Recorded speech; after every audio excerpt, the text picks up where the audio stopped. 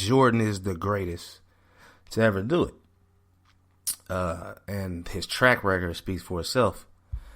But either way it goes, that thing was coming out though. He wasn't finna sit on that for too long.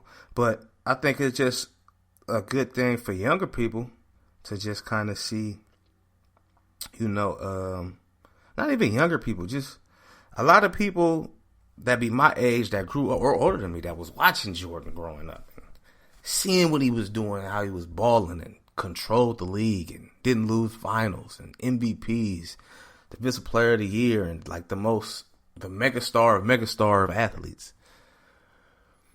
When you don't see something long enough, whatever comes along that looks great enough or close enough to it, you kind of latch on to that. You think that that's the next best thing, and I think, you feel me, he might have got a little taste of that or a feel of that. But you're gonna do what you gotta do. You know what I'm saying? To keep it popping.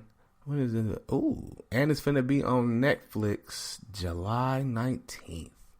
Ooh, I can't wait to watch that. I'm gonna add that to my rotation like I do Narcos. Watch that.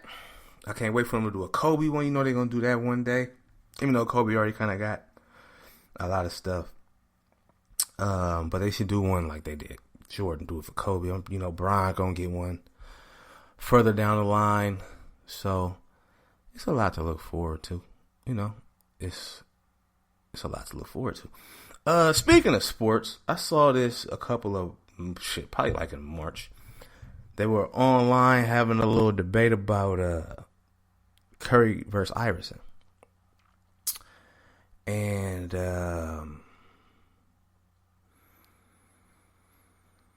there's a lot of factors to it, but pure talent, like just as a basketball player, Allen Iverson was definitely better than Curry. Iverson really gave you he kind of changed. Well, they already had short men in the league, but I don't recall a short man ever winning MVP as short as he was, at least at that time. And Iverson really revolutionized the game, kind of. He off the court, but he was so good on the court that they just kind of just transitioned into both, with the braids and the earrings, and his dress and the tattoos, and he was everybody. Who didn't love Iverson back, even coming out of Georgetown, before he grew the hair out and all that? Iverson was a beast. He was incredible. But Curry changed the game. He extended the basket for the most part. Just his range. You feel me? And there are a lot of players who was shooting long range. They had a clip of Kobe doing it. He was pulling from Curry right before Curry, but he wasn't as accurate or doing it on a regular basis as Steph. Steph has definitely changed the entire way you view basketball. You feel me? He's the reason why him and the Warriors are the reason why small ball is really a big thing.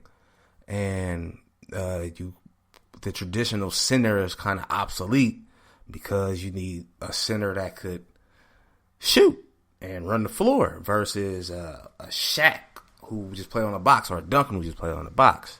Garnett, who could shoot to some degree, but he was really in the box, on the low post. But now that's kind of obsolete. Like you need a hybrid, somebody that who can run the floor and rebound and kind of got a little bit of a shot on it. And, you can't have slower dudes out there no more because of the way the Warriors was playing, mostly because of Steph. And we all know he's the greatest shooter ever. And Iverson was one of the greatest scorers ever, you know what I'm saying? So it's a good, their styles are a little different. But, Iverson, overall, I think, was the better player. But Steph is, one of the GOATs. Changed the whole game. Greatest shooter ever. Can't see him in that department.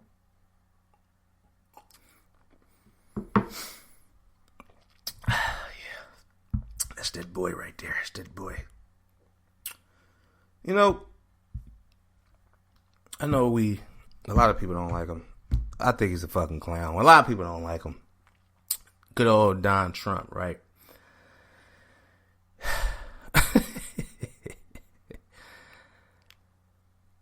How that man got elected, man, I don't know. I seen somebody earlier today tweet and say that they feel like he got elected because he wasn't the typical politician.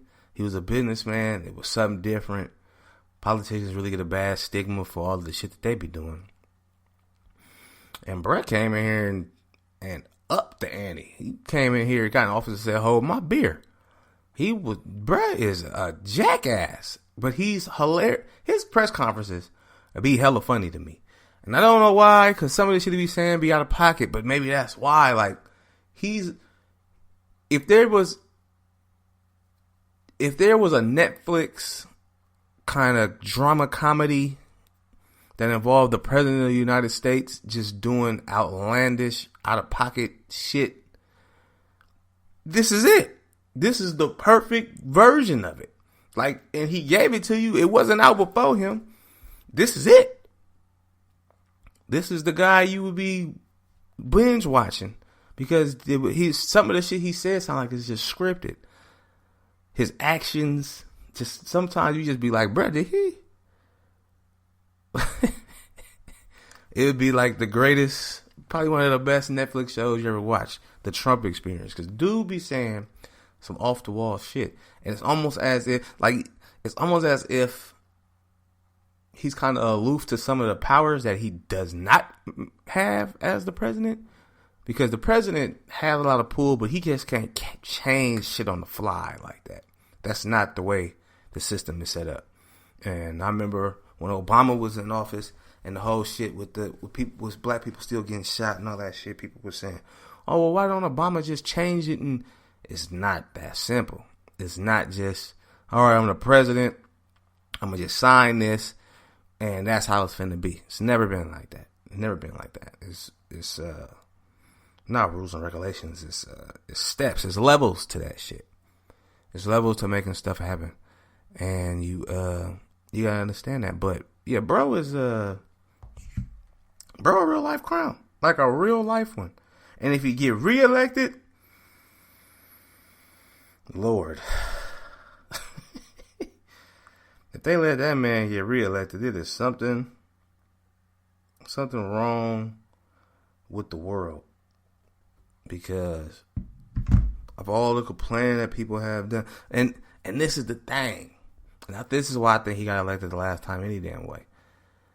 That it was so many people that didn't vote that he just got in. Like, you couldn't, you know what I'm saying? And I think that's going to be the deciding factor yet again. It's going to come down to, because a lot of people ain't feeling Joe Biden for that, what'd he say? You're not black if you don't vote for him. Which, I mean, listen, as idiotic as that statement was, after all the complaining that black people have done about Trump, I mean, people have been in their bag about Trump for a while, right? So, you would, in essence, what he said makes sense. It was nonsense for him to say it, for it to come out of his mouth. But as much as African Americans have lamented about Trump being in office for the time that he's been in, you know, you would think anybody who vote for him can be a black person right at this point. But yeah. Fucking Donald Trump, man.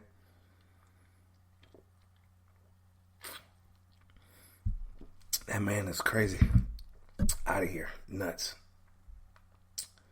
So it's time to bring back one of my favorites. Y'all favorite, my favorite too. Luck Stories. I don't know what number I'm on right now. I'm going to have to run through the archive after the episode. But, so this one, I was at work and me and bruh was talking about somebody hating on you.